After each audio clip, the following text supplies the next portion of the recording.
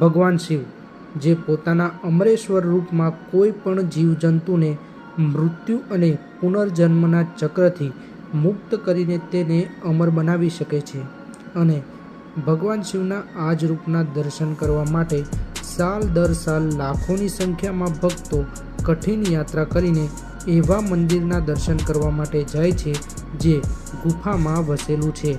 એક એવી ગુફા જ્યાં એવા જીવ રહે છે જેમણે પોતે ભગવાન શિવ પાસેથી અમરતાનું રહસ્ય સાંભળ્યું હતું।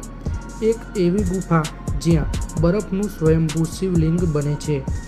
જમ્મુ અને કાશ્મીરના પહાડો વચ્ચે વસેલી છે અમરનાથ ગુફા। કહેવાય છે કે એકવાર મા પાર્વતીએ ભગવાન શિવને તેમની અમરતાનું રહસ્ય વિશે પૂછ્યું તો ભગવાન શિવે તેમણે અમરકથા વિશે જણાવ્યું। મા પાર્વતી આ સાંભળીને ઉત્સાહિત થઈ ગયા।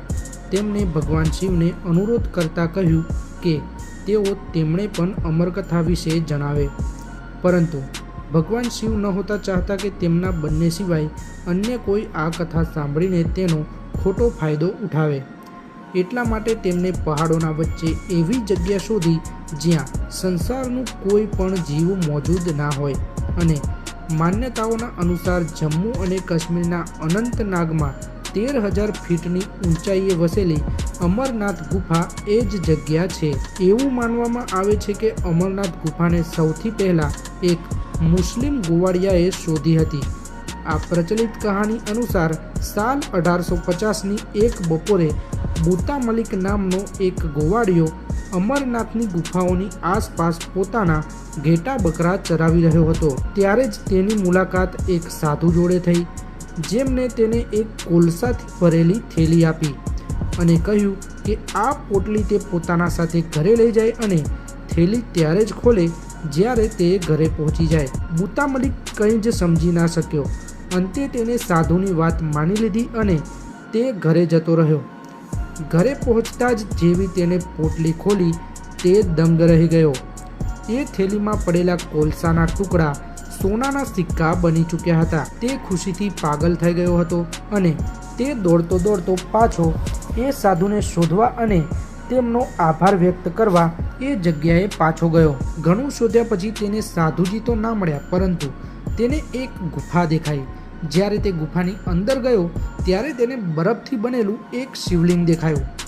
આખા ગામમાં આ બરફથી બનેલા શિવલિંગની વાત ફેલાઈ ગઈ અને ત્યારથી જ લોકો અહીંયા પૂજાપાઠ કરવા લાગ્યા અને અમરનાથને એક ધાર્મિક સ્થાન તરીકે જોવા લાગ્યા। ઘણા વર્ષોથી બુતા મલિકની આ જ કહાનીને કાશ્મીરના દરેક માણસ અને અમરનાથના દર્શન કરવા માટે આવતા શિવ ભક્તો સાચું માનતા હતા।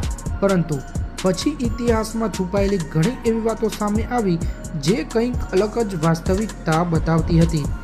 12મી સદીના કલ્હાના નામના એક હિસ્ટોરિયન દ્વારા લખવામાં આવેલી ચોપડી રજત રંગીનીમાં લખવામાં આવ્યું છે કે કાશ્મીરના રાજા સંધિમતીએ અમરનાથની ગુફામાં આવીને અહીંયા બરફથી બનેલા શિવલિંગની પૂજા કરી હતી અને તેના સિવાય અમરનાથ મહત્મમ અને ભૃંગેશ સંહિતા જેવા ઐતિહાસિક પુસ્તકોમાં પણ અમરનાથની ધાર્મિક માન્યતાઓ વિશે જણાવવામાં આવ્યું છે।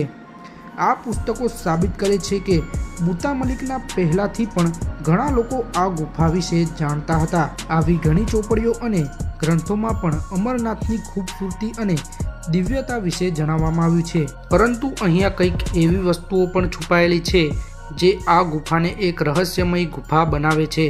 અમરનાથ ગુફાનો એ ગુપ્ત રસ્તો જ્યાંથી કોઈ પણ પરત પાછું નથી આવતું। અમરનાથને ભગવાન શિવનું જાગૃત સ્થાન પણ માનવામાં આવે છે, જેનો મતલબ થાય છે કે ભગવાન શિવ સ્વયં ત્યાં વાસ કરે છે। પરંતુ અમરનાથની ગુફાથી થોડે જ દૂર બીજી એક નાની ગુફા આવેલી છે જ્યાંથી માન્યતાઓ અનુસાર અમરનાથ જવાનો ગુપ્ત રસ્તો આવેલો છે। ભસ્માસુર નામના રાક્ષસની કહાની તો તમે બધાએ નાનપણમાં જરૂર સાંભળી હશે। એક એવો રાક્ષસ જેને ભગવાન શિવે એવું વરદાન આપ્યું હતું કે તે જેના પણ માથા ઉપર હાથ રાખશે તે ભસ્મ થઈ જશે, પરંતુ વરદાન મળતાની સાથે જ ભસ્માસુરે અહંકારમાં આવીને ચારે બાજુ ત્રાહિમામ મચાવવાનું ચાલુ કરી દીધું અને ત્યારે ભગવાન વિષ્ણુએ મોહિની અવતાર લઈને તેનો વધ કર્યો હતો। ભસ્માસુરની આ કહાની આપણને શિવલીલામૃત નામના મરાઠી પુસ્તકમાં જોવા મળે છે, પરંતુ આનાથી જોડાયેલી બીજી એક કથા કાશ્મીરમાં પ્રચલિત છે, જે ભસ્માસુરને શિવખોડી ગુફાથી જોડે છે.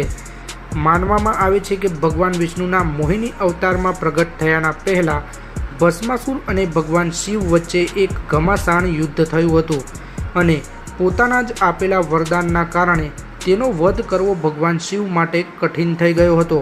ત્યારે ભગવાન શિવે તેને ભ્રમિત કરવા માટે પહાડોમાં એક ગુફા બનાવી અને ત્યાં જઈને સંતાઈ ગયા.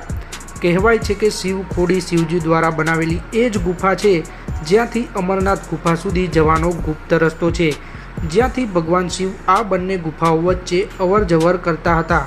પરંતુ આ રસ્તાથી એક ભયંકર રહસ્ય જોડાયેલું છે. એવું કહેવાય છે કે જે પણ આ રસ્તાથી જાય છે તે પરત ફરતું નથી. ઘણા લોકોએ દાવો કર્યો છે કે તેઓએ ઘણા લોકોને ગુફાની અંદર જતા તો જોયા છે, પરંતુ ત્યાંથી કોઈ પાછું વળીને આવ્યું નથી. આજ પણ શિવખોડી ગુફાનું આ રહસ્ય અમરનાથ ગુફાથી જોડાયેલા રહસ્યોમાંથી એક છે અને આ જ રહસ્યોથી જોડાયેલી છે અમરનાથ ગુફાની એ કહાની, જેના વિશે આજ સુધી ઘણા લોકો નથી જાણતા. મહાદેવ ભગવાન શિવ, જેઓ ડરનો વિનાશ કરે છે, જેમના દર્શન માત્રથી મનમાં શાંતિ, ધૈર્ય અને શક્તિનો અહેસાસ થાય છે. છડી મુબારક. અમરનાથની યાત્રાએ જતા દરેક ભક્તના મોંથી તમને આ શબ્દ સાંભળવા મળી જશે.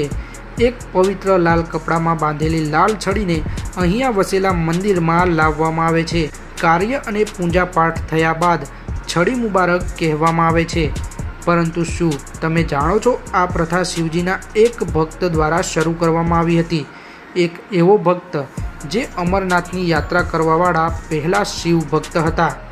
એક પૌરાણિક ગ્રંથ ભૃંગેશ સંહિતા અનુસાર આ પહાડોમાં એક ઋષિમુનિનો આશ્રમ હતો, જે શિવજીના પરમ ભક્ત હતા અને તેઓ તેમના શિષ્યોને અમરનાથનું મહત્ત્વ સમજાવતા હતા.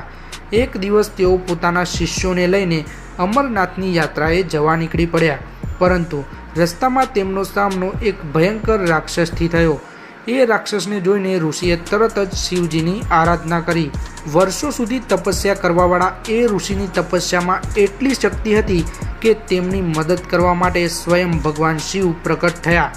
તેમણે રાક્ષસ જોડે યુદ્ધ કર્યું અને તેનો વધ કર્યો અને ઋષિને આશીર્વાદ આપ્યા અને એક છડી આપી અને કહ્યું, આ છડી તમારી પાસે રાખો, આ તમારી રક્ષા કરશે. અને આ ઘટના પછી છડી મુબારકની પ્રથા શરૂ થઈ. અમરનાથની યાત્રાને દુનિયાની સૌથી કઠિન યાત્રાઓમાંથી એક માનવામાં આવે છે અને કહેવાય છે કે શિવજીની આ પવિત્ર છડી તેમના ભક્તોની આ યાત્રા દરમિયાન રક્ષા કરે છે. આખા સંસારથી દૂર, જ્યાં કોઈ અમરકથાનું રહસ્ય ના સાંભળી શકે, એ જ કારણ હતું કે જ્યાં ભગવાન શિવે મા પાર્વતીને અમરકથા સાંભળવા માટે અમરનાથ ગુફા શોધી, પરંતુ તેમના ના ચાહવા છતાં પણ ત્યાં કોઈ બીજું હતું જેને અમરકથા સાંભળી અને અમર પણ થઈ ગયા. જો તમે જમ્મુ કાશ્મીરમાં રહેતા હોય તો તમે આ લોકલ માન્યતા તો જરૂર સાંભળી હશે. ત્યાંના લોકલ લોકોનું માનવું છે કે અમરનાથ ગુફામાં કબૂતરોનું એક જોડકું રહે છે, જેમને સ્વયં ભગવાન શિવના મોઢેથી અમરકથા સાંભળી હતી. અમરેશ્વર મહાત્મ્યના અનુસાર મા પાર્વતીએ જ્યારે શિવજીને તેમની અમરતાનું રહસ્ય પૂછ્યું ત્યારે પહેલાં તો તેઓ ટાળતા રહ્યા, પછી તેમના વારંવાર અનુરોધ કરવાના કારણે તેમણે માતા પાર્વતીની વાત માની લીધી અને તેમને આ કાર્ય માટે અમરનાથ ગુફાને શોધી. કહેવાય છે કે અમરનાથ ગુફામાં જતાં જતાં ભગવાન શિવે તેમના સાથીઓને અલગ અલગ જગ્યાએ મૂકી દીધા, જેથી કોઈ બીજું આ કથાને ના સાંભળી શકે. તેમને નંદી મહારાજને પહેલગામમાં રહેવા કહ્યું, જેને આજે બેલગાંવ પણ કહેવામાં આવે છે. પોતાની જટાઓમાંથી ચંદ્રમાને ઉતારીને ચંદનવાડીમાં મૂકી દીધા. શેષનાગ તળાવ પાસે તેમને વાસુકી નાગને મૂકી દીધા અને પછી પોતાના પુત્ર ભગવાન ગણેશને તેમને મહાગુનાશ પર્વત પર રોકાવા માટે કહ્યું, જેને આજે મહાગણેશ પર્વત પણ કહેવામાં આવે છે. આની સાથે જ પંચતત્વોના દેવ મહાદેવે પાંચેય તત્વોને પણ રસ્તામાં જ મૂકી દીધા. માન્યતાઓ અનુસાર પંચતરણી એ જ જગ્યા છે જ્યાં પાંચેય તત્વો હવા, પાણી, આગ, જમીન, આકાશ એકત્રિત રહે છે। આ પાંચેય તત્વોને અલગ અલગ છોડ્યા બાદ શિવજી મા પાર્વતીની સાથે અમરનાથ ગુફામાં પહોંચ્યા અને તેમને ત્યાં જ સ્થાન ગ્રહણ કર્યું અને તેમને પોતાના જ રૂપ કલાગ્નિ રુદ્રને આદેશ કર્યો કે તેઓ ગુફાની ચારે તરફ આગ લગાવી દે, જે કોઈ પણને આ ગુફામાં પ્રવેશ ના કરવા દે। કલાગ્નિ રુદ્રએ ઠીક તેમ જ કર્યું અને જોત જોતામાં જ અમરનાથ ગુફાની ચારેય તરફ આગ લાગી ગઈ। તેના પછી ભગવાન શિવે માતા પાર્વતીને અમરકથા સંભળાવી, પરંતુ જેવી જ કથા પૂરી થઈ તેમને જોયું કે ઠીક તેમના સ્થાનની પાછળ કબૂતરનું નાનું ઈંડું હતું, જેમાંથી 2 બચ્ચાઓનો જન્મ થયો હતો। માનવામાં આવે છે કે કબૂતરોના આ બંને બચ્ચાઓએ અમરકથા સાંભળી લીધી હતી અને તેના લીધે જ બંને કબૂતરો અમર થઈ ગયા અને આજ સુધી આ જ ગુફામાં તેઓ રહી રહ્યા છે। ઘણા લોકલ લોકો અને શ્રદ્ધાળુઓનું માનવું છે કે તેમને આ જોડકાને અમરનાથની ગુફામાં જોયું છે। કબૂતરોનું આ અમર જોડકું સેંકડો વર્ષોથી અમરનાથના દિલચસ્પ રહસ્યોમાંથી એક બનેલું છે। અમરનાથની ગુફા જેટલી ઊંચાઈએ વસેલી છે એટલા જ ઊંડા તેના રહસ્યો છે, પરંતુ આ રહસ્યોથી પણ વધારે છે આ જગ્યાની પવિત્રતા। દર વર્ષે 3 લાખથી પણ વધારે ભક્તો અમરનાથની યાત્રા કરવા માટે જાય છે। આ સંખ્યા મહાશિવરાત્રિના દિવસે અને સાવનના મહિનામાં સતત વધતી જાય છે। સાવનના મહિનામાં લાખો શિવ ભક્તો 57 દિવસોની કઠિન યાત્રા તય કરે છે, જે સાવન પૂર્ણિમાના દિવસે બર્ફીલા શિવલિંગના દર્શન સાથે સંપન્ન થાય છે। મિત્રો, વિડીયો ગમ્યો હોય તો તમારા મિત્રોની સાથે શેર જરૂર કરી દેજો અને તમારા વિચારો અમને કોમેન્ટ બોક્સમાં જરૂર જણાવજો।